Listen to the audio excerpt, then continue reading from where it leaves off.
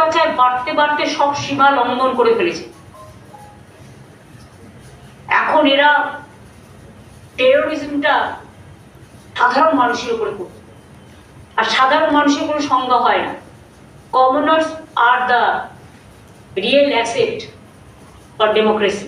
কাজে আমি চ্যালেঞ্জ করলাম আজকে আপনাদের মাধ্যমে, ক্ষমতা থাকলে জেনুইন ভোটারদের বাদ দেবেন না।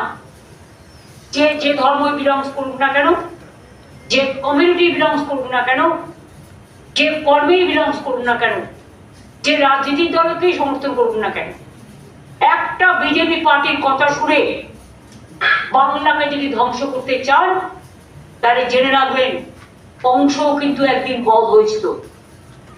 তাহলে কিন্তু কংসবধের নাটক বিজেপি পার্টিকে দেখতে হবে। সোজা আঙুলে যদি ঘি না ওঠে, সোজা আঙুলে আপনাদের তো ঘি উঠছে না এতবার দিয়েও, বেঁকা আঙুলে ঘি তোলার চেষ্টা করছে।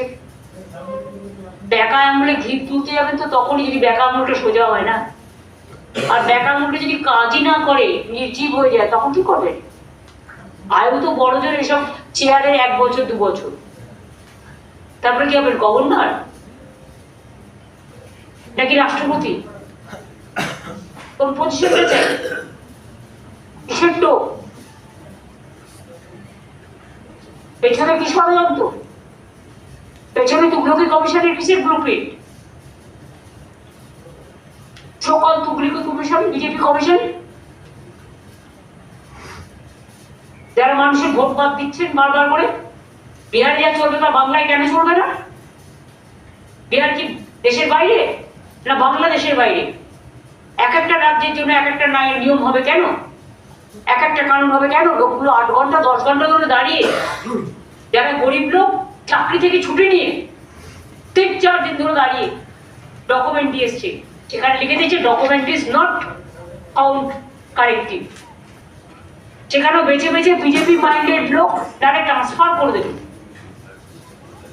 বলে দেখে দেখে LIC, রেলওয়ে, পোস্ট অফিস বিভিন্ন জায়গা থেকে নেওয়া হয়েছে।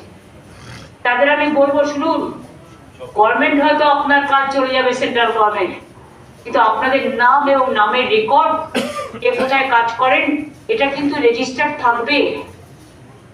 মনে রাখবেন, আপনারা ভালো করে কাজ করুন, আপনাদের মিষ্টি খাও।